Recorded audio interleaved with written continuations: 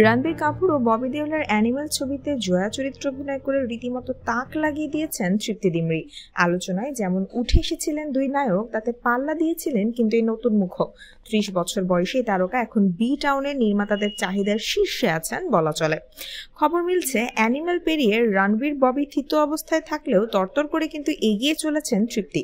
একের পর এক বড় বড় সব ছবিতে অভিনয়ের সুযোগ পাচ্ছেন তিনি। অ্যানিমেলে অভিনয় করে আলোচনায় আসা তৃপ্তি ডিমরি আগেও বুলবুল, লায়লা, মজনুর মতো সিনেমায় অভিনয় করেছিলেন, কিন্তু তেমন একটা পরিচিতি তখন মেলেনি। সে বিবেচনায় সন্দীপ রেড্ডির অ্যানিমেল ছবির অভিনয় করে যেন একেবারেই রাজকীয় উত্থান হলো তৃপ্তির। ফলে আগের পরিস্থিতির তুলনায় এখন অনেক বড় বড় পরিচালক তার সঙ্গে কাজ করার জন্য মুখিয়ে আছেন। সম্প্রতি মুক্তি পেয়েছে তৃপ্তি ডিমরির নতুন ছবি ব্যাড নিউজের ট্রেলার। ছবিটি 19 জুলাই প্রেক্ষাগৃহে মুক্তি পাবে। এতে তৃপ্তির সঙ্গে অভিনয় করেছেন ভিকি কৌশল।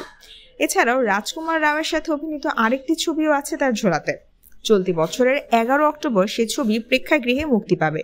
এছাড়াও আসন্ন চলচ্চিত্রের তালিকায় রয়েছে কার্তিক আরিয়ানের সঙ্গে ভুলভুলাইয়া 3। সিনেমার খবরই শেষ নয়, আগেই খবর মিলেছে অ্যানিমেল সাফল্যের সূত্র ধরে মুম্বাইয়ের শহরতলিতে বিলাসবহুল একটি দোতলা বাড়িও কিনেছেন তৃপ্তি, যার মূল্য 14 কোটি রুপি।